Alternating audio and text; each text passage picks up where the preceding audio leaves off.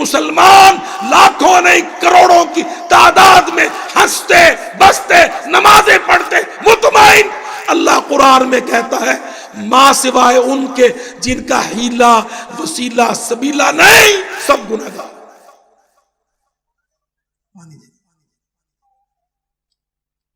لا يستطيعون حيلة ولا يهتدون سبيلا. میرے بھائیوں جماعت الدعوہ اس مسئلے پر انشاءاللہ میں یہ موقف عرض کر رہا ہوں علی وجہ البصیرت، قرآن مجید سے لے کر یہ غزوہ ہند سے متعلق جڑا ہوا موضوع. اللہ نے فرمایا صرف وہ حصہ آدمی کمزور بچے عورتیں جو ہل نہیں سکتے، بھاگ نہیں سکتے، مائگریٹ نہیں کر سکتے، لڑ نہیں سکتے، کوئی راستہ نہیں پاتے، امیگریشن، پاسپورٹ، ملکوں کے نظام، سرحدوں کے نظام، عالمی پلید نظام جو عدم تنقل. اللہ کہتا اچھا ان کو میں عسى اللہ ان يعفو عنہم، شاید کہ اللہ ان کو معاف کر دے. پر ذرا سنیے، ابھی یہ نہ سمجھیے گا کہ معاملہ ٹھپ ہو گیا. دیکھو اللہ تعالیٰ نے فرمایا الا المستضعفین، وہ کمزور مرد بچے عورتیں لا يستطيعون حیلا ولا يهتدون سبیلا. یاد رکھو اس کے بعد اگلی دو حالتیں بہت ضروری اور بڑی خطرناک. یہاں اللہ نے کہہ دیا نا کہ اچھا وہ لوگ جن کو فرشتے روح قبض کریں، تو کہاں بستا تھا؟ ہسپانیہ میں، میں جی اسپین میں رہتا تھا. تو کہاں بستا تھا؟ میں جی ہند میں تھا. تو اٹھا کیوں نہیں؟ ہند کو بدلا کیوں نہیں؟ غزوہ کافر پلید سے نہیں کیا؟ اسلام کو سر بلند نہیں کیا؟ کیوں؟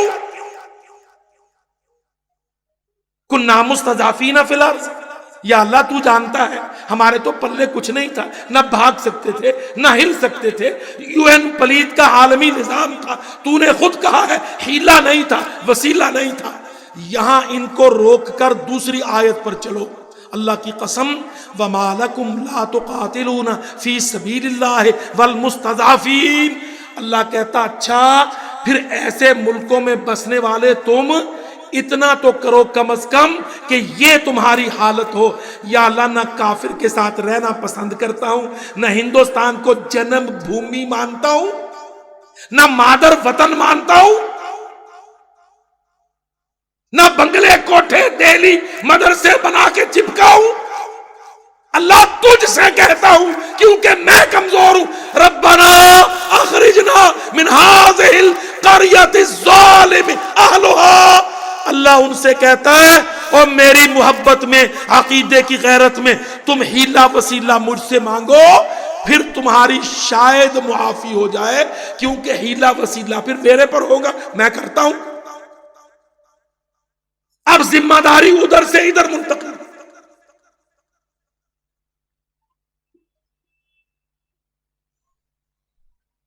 اب ذمہ داری کدھر منتقل ہوئی؟ اب آ گیا پاکستان، خلیجی ملک، فلسطین کا پڑوسی مصر و شام، کشمیر کا پڑوسی پاکستان،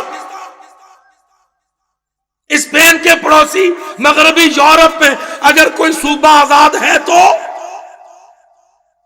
اب آ گیا ذمہ داری کا دائرہ ادھر. مالکم لا تقاتلون فی سبیل اللہ والمستضعفین من الرجال والنساء والولدان.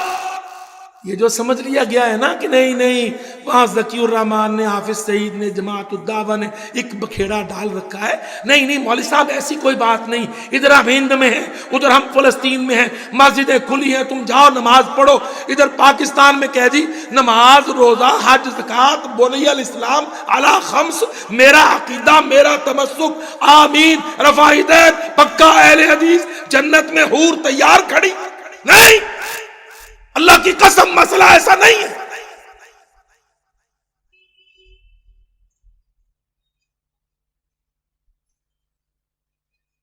مسئلہ ویسا ہے جیسا میں عرض کر رہا ہوں.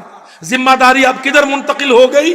وہ ہندوستان کے، کشمیر کے، فلسطین کے، روس کے، چین کے، کاشغر کے مسلمان، سنکیانگ کے مسلمان، وہ کیا کہیں؟ وہ رب سے کہیں ربنا اخرجنا، یا اللہ یہ کافر پلید برداشت نہیں، پسند نہیں، قبول نہیں، میں ملنسار نہیں، ان کے ساتھ روادار نہیں، نہیں، تو مجھے نکال، بھیج من لدن کا ولیہ، من لدن کا نصیرہ۔ جب وہ آ جائیں اس سٹیٹس پر، اب اللہ کہتا پاکستانیوں مالکم، تم کو کیا ہو گیا؟ مرکزی جمعیت اہل حدیث، جماعت اہل حدیث، حنفی سارے، حنبلی سارے، جماعت الدعوہ، آزاد پاکستان، خود مختار پاکستان، پارلیمنٹ، سینٹ، مالکم، تم کو کیا ہو گیا؟ لا تقاتلون، اٹھ کے لڑتے کیوں نہیں؟ ان استنصروکم فی الدین فعلیکم النصر، اگر وہ تم سے مدد مانگے دین کے نام پر تو تم پر مدد واجب۔ یہ سٹیٹس آج وہی ہے کہ غزوہ ہند کی حدیثیں نکالنی پڑے گی، کیونکہ اللہ کی قسم غزوہ کرنا ہند کے خلاف واجب ہو گیا ہے، ہند قابض ہو گیا ہے عزتوں پر، عصمتوں پر، 24-25 کروڑ مسلمانوں پر، مسجدوں پر، ان زمینوں پر جو اللہ کی زمینیں تھیں، ارض اللہ تھی، ارض الاسلام تھی، ان صوبوں پر، ہند کی ریاستوں پر ہندو پلید مشرک کافر پھر سے قابض، مالک، غزوہ پھر سے کھڑا۔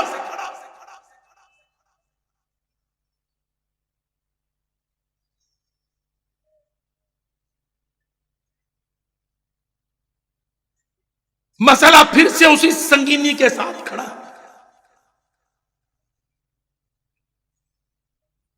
آج غزوہ ہند، مسلمانوں، پاکستان کے مسلمانوں، سب سے پہلے تمہارے سامنے اللہ کی قسم غزوہ ہند بہت بڑا کویسچن مارک۔ یا ایھا الذین آمنوا قاتلوا الذین یلونکم من الکفار ولیجدوا فیکم غلظہ، اللہ قرآن میں کہتا ہے ان استنصروکم فی الدین علیکم النصر الا تفعلوه تکن فتنۃ فی الارض وفساد کبیر والذین کفروا بعضهم اولیاء بعض۔ دیکھو اوباما پہنچا کہ نہیں منموہن، زنانی ساتھ لے کے وہاں ٹھمکے لگاتا۔ اللہ قرآن میں کہتا والذین کفروا بعضهم اولیاء بعض، تم اپنے بھائیوں کی مدد کیوں نہیں کرتے؟ اٹھ کے جا کے لڑتے کیوں نہیں؟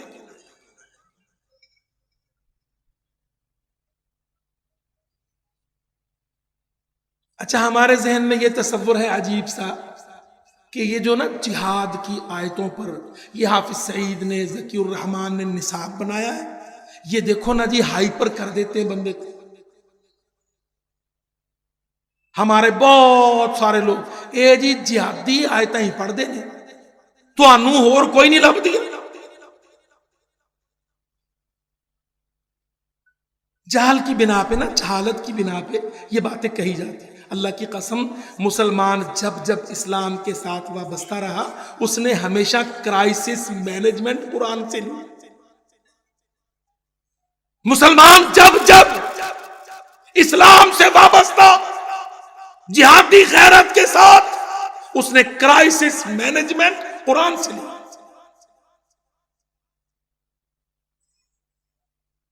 آپ نے شاید میرے بھائیوں نے تاریخ میں کہیں پڑھا ہو، ہم لوگ عام طور پہ یہ نہیں جانتے کہ غزنوی محمود نے 16 حملے کب کیے، 17 حملے کب کیے، کیوں کیے، کیا پس منظر تھا۔ وہ پچھلی کہانی ساری آؤٹ ہے، پر وہ بڑی شاندار کہانی، اللہ کی قسم گلیمرس۔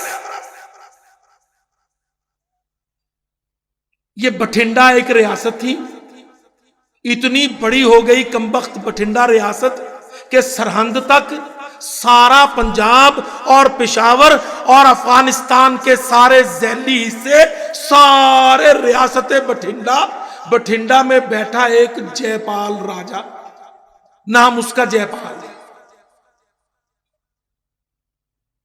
چندر گپت وغیرہ کی یا اشوکا شہنشاہ کی نسلوں مسلوں سے اونچی نسل کا برہمن گھمنڈی پلید، لمبا قصہ مگر ہم انشاءاللہ سارا ہی مختصر کرتے ہیں. بٹھنڈا کا والی ہندو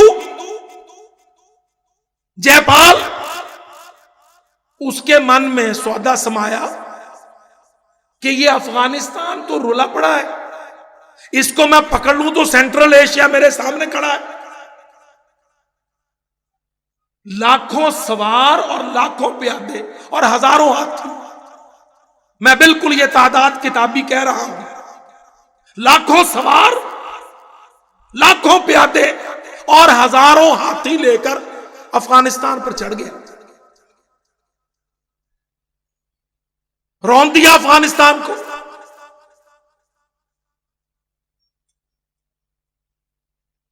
وہاں پہ طوائف الملوکی تھی، کوئی اچھی مضبوط ماں سوائے خزنہ کی چھوٹی سی ریاست کے کوئی بڑا مسلمان افغان خان حکمران نہیں تھا. غزنی تھا چھوٹا سا، مگر غیرت جو ٹکنے نہیں دیتی.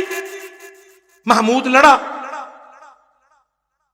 جے پال اس کے باپ پر بھی حملہ آور ہوا تھا، باپ سے بھی لڑا تھا. محمود لڑا ایک دفعہ، دوسری دفعہ بھی جے پال نے حملہ کیا. پہلے حملے میں محمود نے جے پال کو پیچھے دھکیل دیا، پھر وہ جے پال اپنے بیٹے نند پال پلید کو لے کر، ایک ان کا کزن گوپال، یہ تین بڑے راجے، ہاتھیوں کا بہت بڑا چڈی دل افغانستان پر چڑھائی. 2 مرتبہ محمود نے لڑائی کی اور بڑی مشکل ٹف ٹائم لیا، مگر پیچھے دھکیل دیا نشیب میں.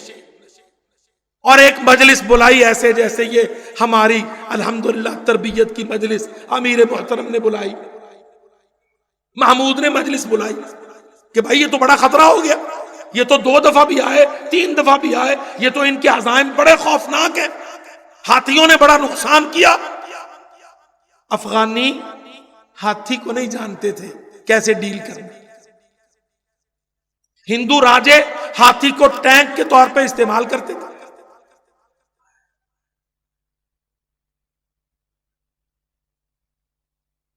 اللہ اکبر. اس نے مجلس بلائی، ہم اپنے موضوع پہ رہتے ہیں. مجلس بلائی، بڑے بڑے قوانین جمع کیے کہ بھئی جے پال نند پال ان کا کیا کرے.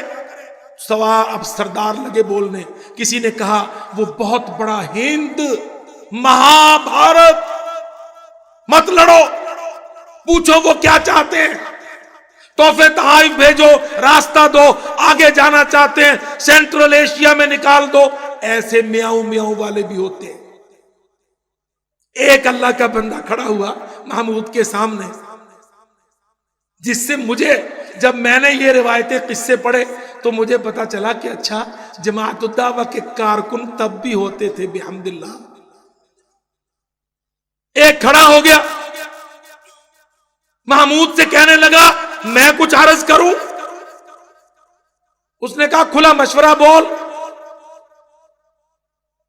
کہتا ہے محمود تجھے اللہ نے 2 دفعہ مہلت دی، بچایا، تو انسانوں سے مشورہ کرتا ہے، رب رحمان سے نہیں پوچھتا.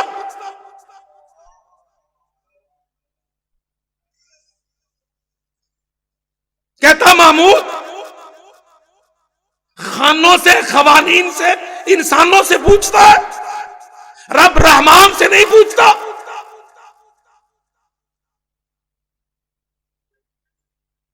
اللہ. ہمارے جیسی اسمبلیاں ہوتی ہیں نا تو کہتی نہیں نہیں نہیں نہیں، بولنا ہی کس نے ہے، بیچاری میڈم سپیکر ہے. سپیکر ہو اور میڈم ہو تو بات ہی نہیں بنتی. میڈم سپیکر نہیں ہوتی، سپیکر میڈم نہیں ہوتا. ہمارے کسی نے بات ہی نہیں کرنی. وہ کہتے نہیں قرآن کا اسمبلی میں کیا کام. اس اللہ کے بندے نے، دعوت کے کارکن نے محمود سے کہا انسانوں سے پوچھتا ہے، رب رحمان سے نہیں پوچھتا. محمود نے کہا اچھا تو بتا. اس نے آیت پڑھ دی، اللہ کی قسم کمال ہے. اللہ اکبر. او میرے بھائی، کرائسس مینجمنٹ قرآن جو دیتا ہے تو وہ وہی ہے جو مدینہ میں عذاب کے دن مل رہی تھی. اللہ کی قسم پینٹاگون کے خلاف آج بھی وہی کار.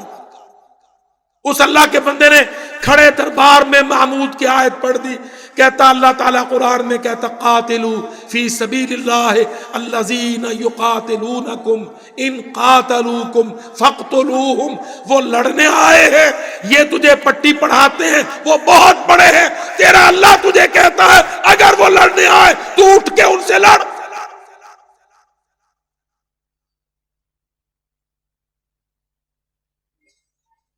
آ گئی نا غزوہ ہند کی بات۔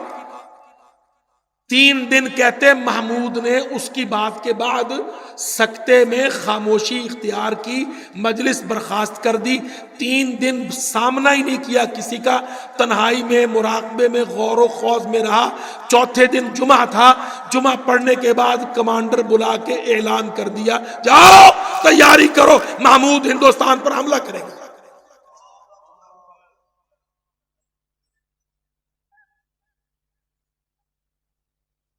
کہتا جاؤ تیاری کرو، محمود ہندوستان پر حملہ کرے گا۔ کیا بنیاد بنی؟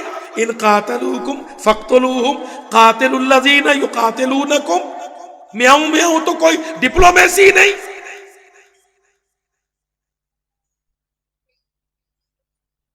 یہ 396 ہجری کے واقعات میں پڑھ لیجئے۔ پھر 16 17 18 حملے کیے، جو بنا سو بنا، ہمارا وقت اس کی اجازت نہیں دیتا۔ اور اللہ کی قسم 3700 ہاتھی لے گیا محمود، 3700 ہاتھی لے گیا ہندوستان سے۔ میں مجلس میں ذمہ داری سے ایک روایت کی تحقیق کرنے کے بعد یہ بات بتلاتا ہوں، محمود نے ہندوستان میں باج گزار ریاستوں پر 3 ہاتھی، صرف 3 ہاتھی، ایک 2 راجا کے لیے، ایک ملکہ رانی کے لیے، چوتھا ہاتھی اگر ہندو راجے نے پالنا ہوتا تو محمود سے لائسنس مانگتا۔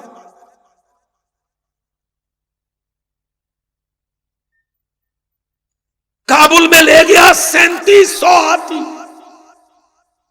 محمود کے خزانے کا کوئی نگران تھا ہمارے حاجی صاحب جیسا؟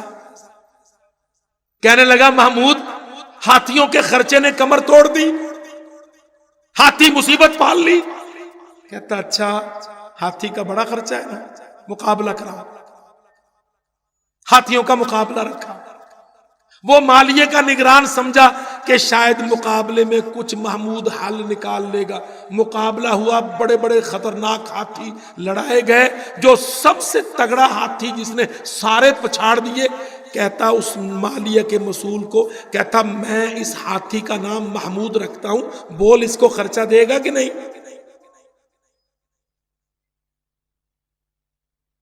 اکیلا کر کے اس کو کہتا اللہ کے بندے، ہندو ہاتھی کو ٹینک بنا کے اس پر زرہ لوہے کی ڈال کے ہمارے گھوڑوں پر چھوڑتے، گھوڑے ٹکتے نہیں تھے، تو دیکھتا نہیں میں ہندوستان سے 3700 3700 ہاتھی لے آیا، 3 ہاتھی چھوڑے، 2 راجے کے لیے، 1 رانی کے لیے، سواری پالکی کے لیے، باقی پر لائسنس لگایا۔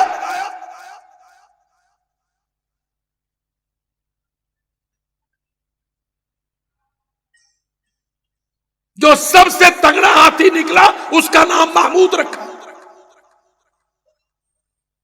دیکھ لو، چھوٹا سا غزنہ تھا، جب ہندوستان پر چڑھنے کا فیصلہ غزوے کی آیتوں پر کیا، اللہ کی قسم رب العالمین نے کیا سلطان بنایا۔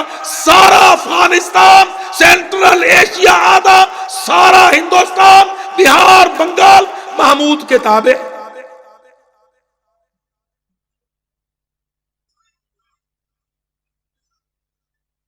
یاد رکھو، جنگ سے تیر و تلوار سے بندہ گرایا جاتا ہے، غزوے کی پہنچ بڑی خوفناک، غزوے کی مار بڑی گہری ہوتی ہے۔ اس لیے کہ غزوہ کرنے والا سوچ کر سمجھ کر نظریہ، عقیدہ، مذہب، آیت، حدیث اس پر کھڑا ہو کے اپنے دشمن کی ساری مقومات، معنویات، نفسیات سب توڑ دیتا۔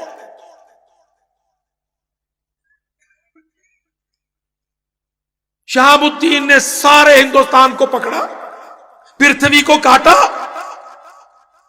یہ غزوہ ہند کے ہیرو ہیں، وہ بار بار اٹھ کے آ جایا کریں لڑنے۔ اپنے ایک خاص معتمد سے کہنے لگا اچھی مجلس بلاؤ پتہ کریں یہ کمبخت ہندو راجے بار بار باغی بنتے ہیں، میں تو اندرونی بغاوتیں سرد کرتا کرتا تھک گیا۔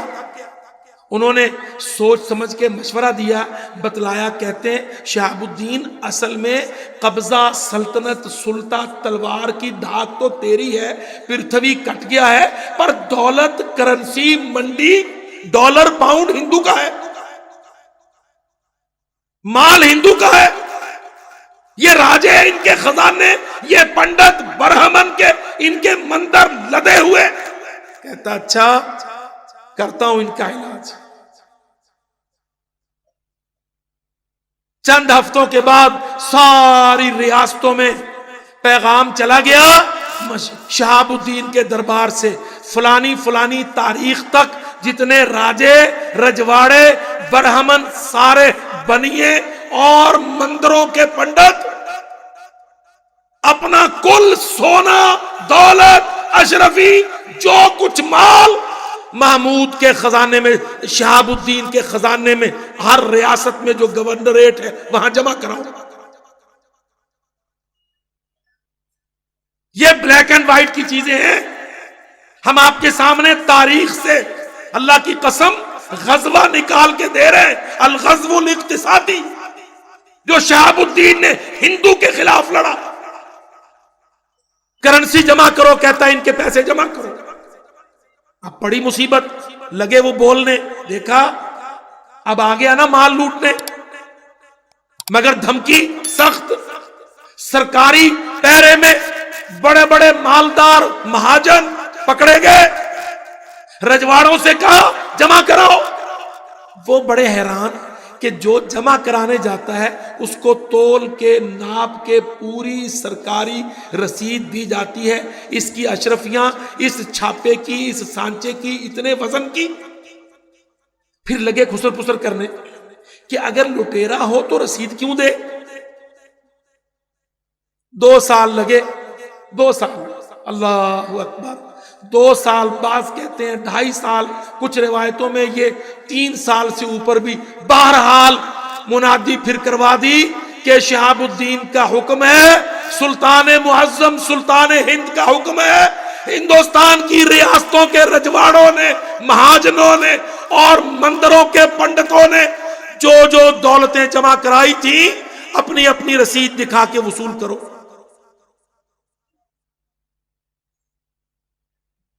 ہلکا مچ گیا، کمال آدمی ہے، پہلے جمع کر لیا واپس دیتا ہے، کیا کرے گا؟ او میرے بھائیوں بیٹو، اللہ کی قسم یہ تمہاری تاریخ ہے، یہ غزوہ ہند کے سنہری ایام ہے، جب مہاجن بنیے اور رجواڑے اپنا مال لینے گئے، اشرفیاں تھیلے میں توڑے میں تول کے مہرے لگ کے ٹکسال کی دی جا رہی ہیں۔ اب وہ کھول کے دیکھتے ہیں، جو ہاتھ پہ رکھتا ہے ہاتھ کو جھٹک دیتا ہے، اشرفی گرتی ہے۔ یہ جو پیپل کے پتے پر سودا دینے کی ریت آئی تھی، تاریخ پڑھ لو، یہ تب سے آئی تھی۔ ہندو پلید اس اشرفی کو اپنی کواری ہتھیلی پہ نہیں رکھتا تھا، پتا پیپل کا رکھتا تھا، کیونکہ اشرفی پر شہاب الدین نے آیت لکھوائی تھی، والذی ارسل رسولہ بالہدی ودین الحق لیظہرہ علی الدین کلہ ولو کرہ المشرکون۔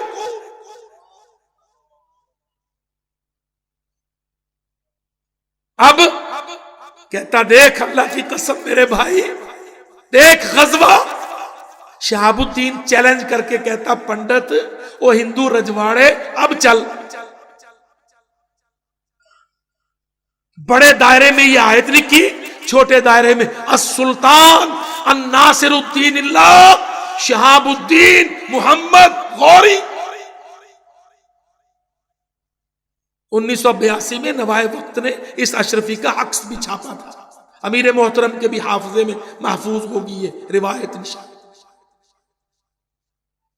سارے ہند کے راجے رجواڑے ملے، ان کی رانیاں، پنڈت مہاجن، ہندو سود خور، اشرفی لے تو روئے نہ لے تو روئے۔ غزوہ ہند کے نتیجے میں شہاب الدین کی ٹکسال سے چھپی ہوئی اشرفی آیت توحید غلبہ اسلام ارسل رسولہ بالہدی ودین الحق لیظہرہ علی الدین کلہ ولو کرہ المشرکون.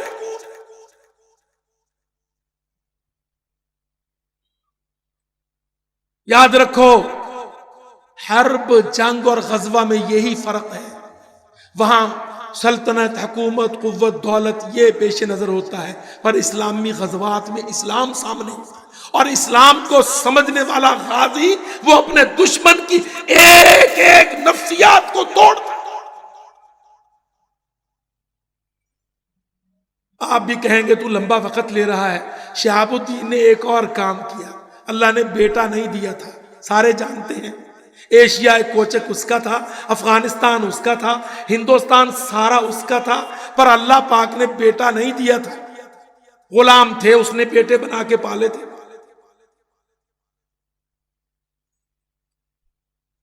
اور دیکھ لو شہاب الدین، نام محمد، لقب شہاب الدین، دین کا شہاب.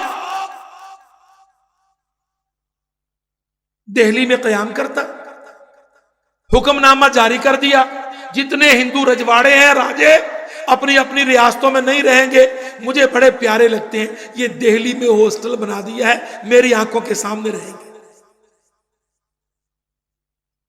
ریاست باج گزار ہے، راجہ شہاب الدین کا مستقل مہمان ہے، کہتا میری آنکھوں کے سامنے رہیں گے. ادھر بیچارے ہمارے وزیر خارجے ہوتے ہیں نا، خارجے داخلے مت کے مارے ہر وقت کافر بے ایمان کے سامنے، ہندو کے سامنے میاؤں میاؤں کرتے رہتے. اس نے ایک حکم نامہ جاری کیا، وسطی شمالی ہند کے ساری مقبوضہ ریاستوں کے راجے سلطان کی آنکھوں کے سامنے ہر وقت دہلی کے سرکاری ہاسٹل میں رہا کرے. 2 نوکر ساتھ رکھ لو، وہاں پڑھا رہے.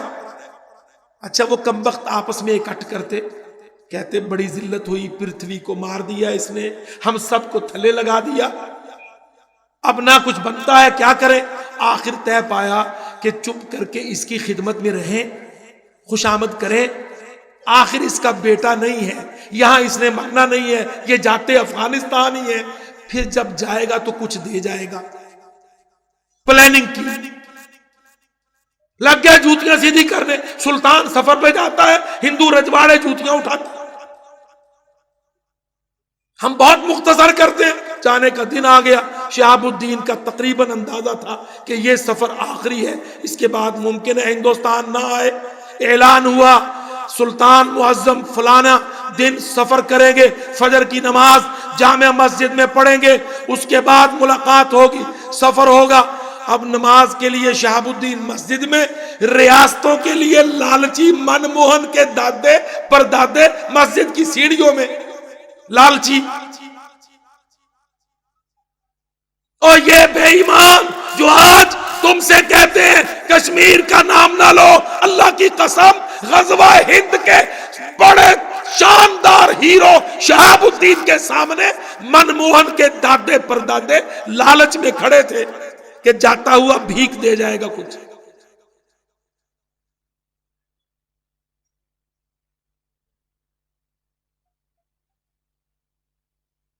دن آ گیا، بادشاہ مسجد میں آیا، نماز پڑھی، دوبارہ منادی ہو گئی، حضور سلطان معظم صوبہ جات اور ریاستوں کے امیروں گورنروں سے مسجد میں اجلاس رکھیں گے، اشراق ادا کریں گے.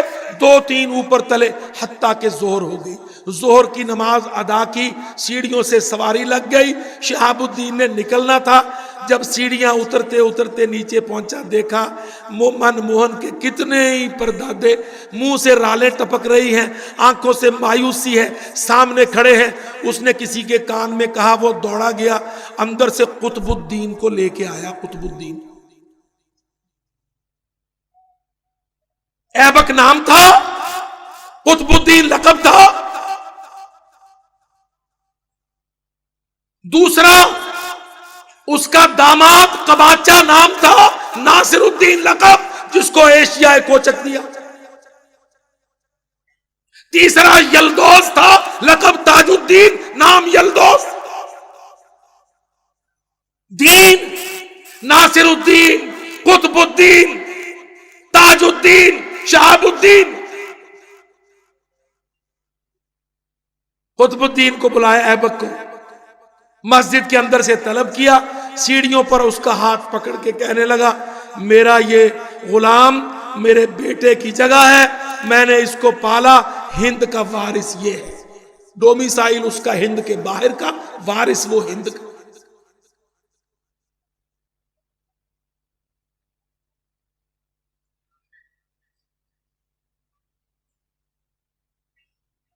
تصور کیجئے ذرا آج، نہیں جی نہیں یہ ہمارے علاقے کا نہیں، یہ آؤٹ سائیڈر تھا. کوئی بولنے والا؟ اس نے کہا ہند کا وارث ایبک.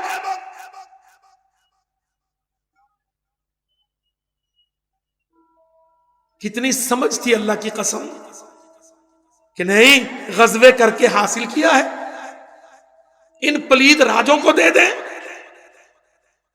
جو سمجھ اکبر اعظم سالم کو نہ تھی، علم نجوم کے دلدادے ہمایوں کو نہ تھی، یہ ٹوڈر مل کو وزیر بنانے لگے، مان سنگھ سے شادیاں رچائیں اس کی بیٹی سے.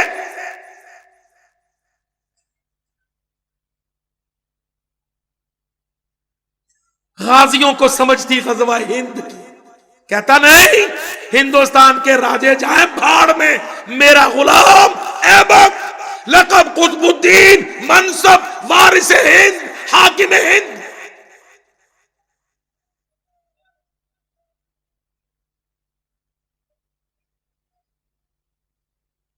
آج وہ ہند تیرے سامنے منتظر ہے اپنے اصل وارثوں کا.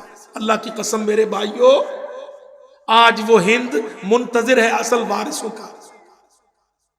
کافر پلید کے قبضے میں پھنسا ہوا ہند، ارض الاسلام، مسلمانوں کی مسجدیں، مدرسے، محلات، تہذیب، ثقافت، تمدن، عدالت، سیاست، شریعت کا حکم. جا کے دیکھ لو، قطب الدین نے 14 برس کی لڑکی کی عمر رکھی تھی شادی کی.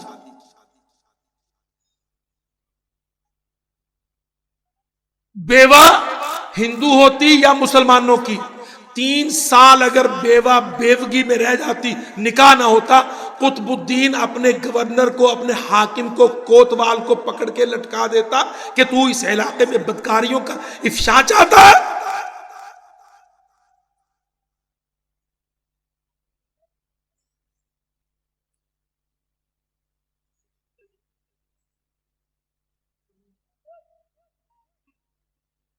بہت بڑی پینیٹریشن تھی اللہ کی قسم ان حدیثوں کی.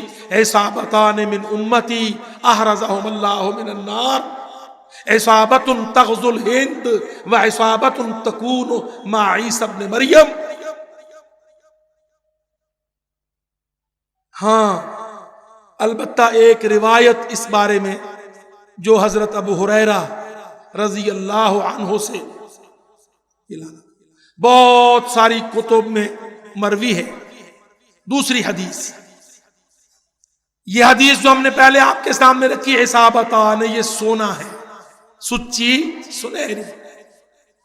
شیخ البانی نے بھی اس کو صحیح کہا اور اس کا متن اسی قدر ہے اور کسی شک و شبہ اور ضعف سے بالاتر ہے.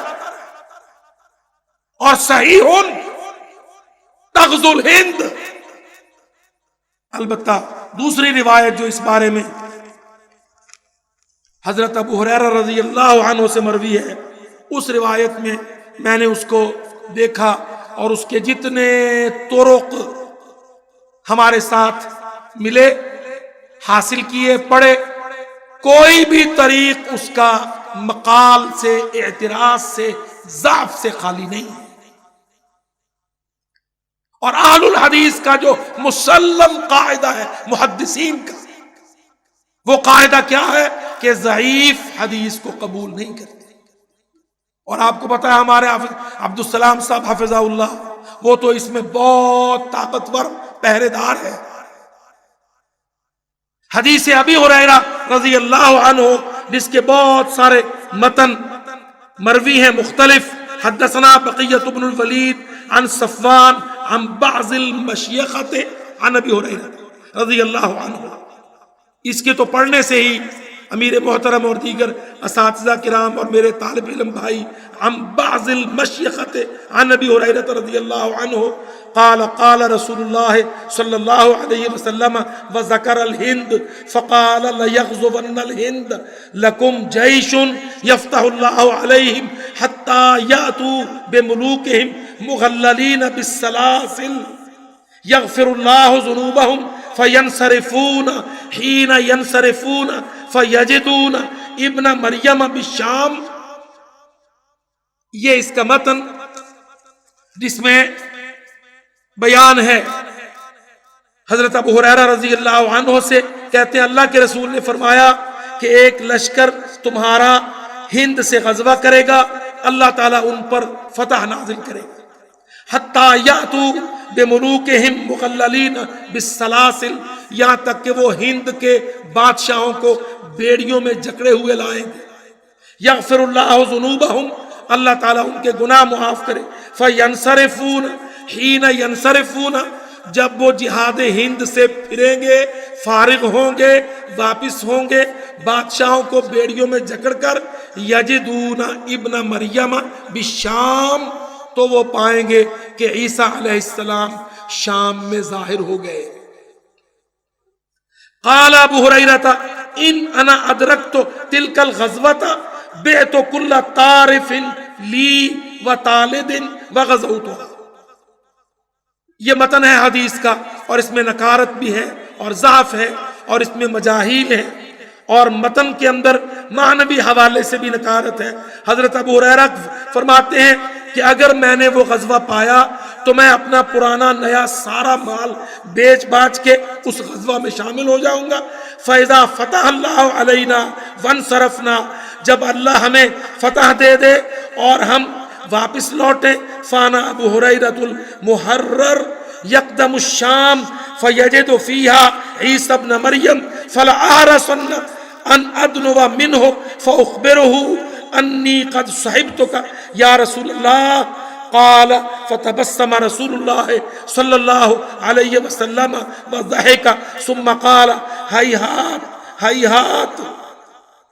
یہ کنز العمال میں روایت ہے، اور اس میں بقیہ ابن الولید معروف مدلس ہے، وقد عنعنہ، اور اس نے یہاں عنعنہ سے کام لیا، اور عنعنۃ المدلس مقبول نہیں ہے۔ وشیوخ صفوان مجاہیل، اور صفوان نے اپنے بعض المشیخہ کا ذکر کیا، نامزد نہیں کیا، تو اس سند میں سقم ہے، ایسا سقم جس کو بہرحال قبول نہیں کیا جائے۔ البتہ اس کا ایک متن جو ہم تک پہنچا، حدثنا ابو الجوزاء احمد بن عثمان وکان من نساک اہل البصرہ قال حدثنا عبد الصمد قال حدثنا ہاشم بن سعید عن کنانۃ بن نبیہ عن ابی ہریرہ قال وعدنا اللہ ورسولہ غزوۃ الہند فإن أدركها أنفق فيها نفسي ومالي فإن قتلت كنت كأفضل الشهداء وإن رجعت فأنا أبو هريرة المحرر۔ یہ ایک متن اس کا ہے، اس کا ترجمہ یہ ہے بیان کہ حضرت ابو ہریرہ رضی اللہ عنہ فرماتے ہیں کہ اللہ کے رسول نے ہمیں غزوۃ الہند کا وعدہ دیا، اور اگر میں اس کو پالوں تو اس میں اپنی جان اور مال خرچ کر دوں، اور اگر میں اس میں شہید ہو جاؤں تو میں افضل الشہداء قرار پاؤں۔ بہرحال اس میں راوی ہاشم ابن سعید ہے جو ضعیف ہے، لیکن اس کو ایک شاہد ملا ہے، اس کا راوی مقبول درجے کا ہے، تو اس کی اسناد حسن لغیرہ وہو الضعیف علی المتفق۔ تو بہرحال اس باب میں غزوۃ الہند میں محدثین نے تبویب کیا ہے، اور سب کی بنیاد اساس حدیث ثوبان ہے، جس میں کوئی ضعف کجی نقص نہیں، اعلیٰ درجے کی صحیح حدیث ہے، اور بہت سارے محدثین امام بخاری کے اساتذہ اور امام نسائی اور امام احمد بن حنبل رحمہم اللہ باقاعدہ باب باندھتے ہیں غزوۃ الہند. تو میں یہ بات اس لیے عرض کر رہا ہوں کہ محدثین کی نگاہ میں اس غزوے کی اتنی بڑی اہمیت ہے کہ وہ اس کو مستقل باب باندھ کے لاتے ہیں. اور نبی علیہ الصلوۃ والسلام نے اس جماعت کو جو ہند پر مسلسل غزوہ کرتی رہے گی حتیٰ کہ ہند پر اسلام کا سورج طلوع ہو اور کفر کی حکومت اور ان کی اجارہ داری ختم ہو. اور جو بات میں نے پہلے عرض کی تھی ایک نقطے میں لفظ میں دوہرا دوں، استرداد و اراضی المسلمین، مسلمانوں کی زمینوں ملکوں کا واپس لینا اور مناصرت المستضعفین اور ان مشرکوں کافروں کا جنہوں نے انگریزوں کے ساتھ مل کر سازشیں کر کے اسلام کی تنی چادر کو پھاڑ کر وہاں برہمن راج. او میرے بھائیوں، اللہ کی قسم جہاں جہاں دنیا میں استعمار نے قبضہ کیا، ایک حج بیت اللہ اور دوسرا جہاد فی سبیل اللہ، فرانس، اٹلی، جرمنی، روس اور ہندوستان اور پلیت انگلستان، استعمار کے یہ بڑے بڑے ملک عالم اسلام کی بندرباٹ، قبضے، احتلال، غصب اور اس کے بعد خرید کر زبانوں کو، پیدا کر کے ایجنٹوں کو، حج بند، جہاد بند. پورا ملخص سارے عالم اسلام پر جہاں جہاں مراکش، الجزائر، لیبیا، تیونس، افریقہ، مصر، شام، ترکی اور ہندوستان، حج بیت اللہ پر پابندی اور جہاد فی سبیل اللہ پر پابندی. اور میرے بھائیوں، اللہ کے فضل و کرم سے ہند اپنے آزاد کرانے والوں کا منتظر ہے. صوبان کی حدیث اللہ کی قسم اپنے اوپر عمل کرنے والوں کی منتظر ہے چشم برا. ھذا عندی وما علی الا البلاغ والسلام علیکم ورحمۃ اللہ وبرکاتہ.